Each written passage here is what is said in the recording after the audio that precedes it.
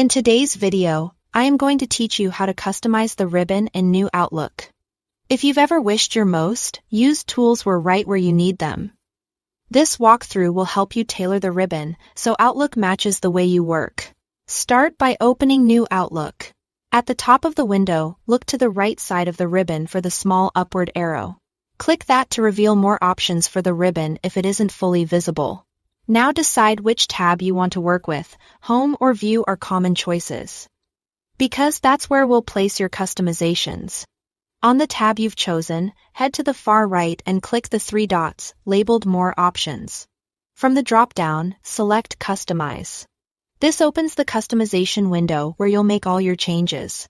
In this window, you'll see lists of available commands and the current structure of your ribbon.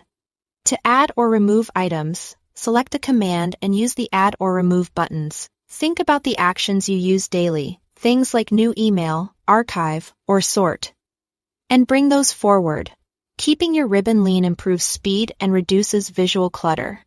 If you want more control, create your own groups. Select the tab where you want new commands to live, then choose New Group. Custom groups let you bundle related tasks together, like all your meeting tools or your message cleanup options, so you don't have to jump around. After creating a group, add the commands you want into it using the Add button. You can also rename tabs or groups to make them clearer. Choose Rename and give them labels that match your workflow. Short, descriptive names work best, and consistent wording helps you find things quickly. The order of items matters. Use the arrow buttons in the dialog to move commands within a group, move groups within a tab, or even move an entire tab. Put your highest priority commands at the beginning, since those are most visible and fastest to reach. When everything looks right, click Save to apply your changes. Your ribbon updates immediately, and you can test the layout as you go. If something doesn't feel quite right, return to More Options, open Customize again, and fine-tune. Customization isn't one and done.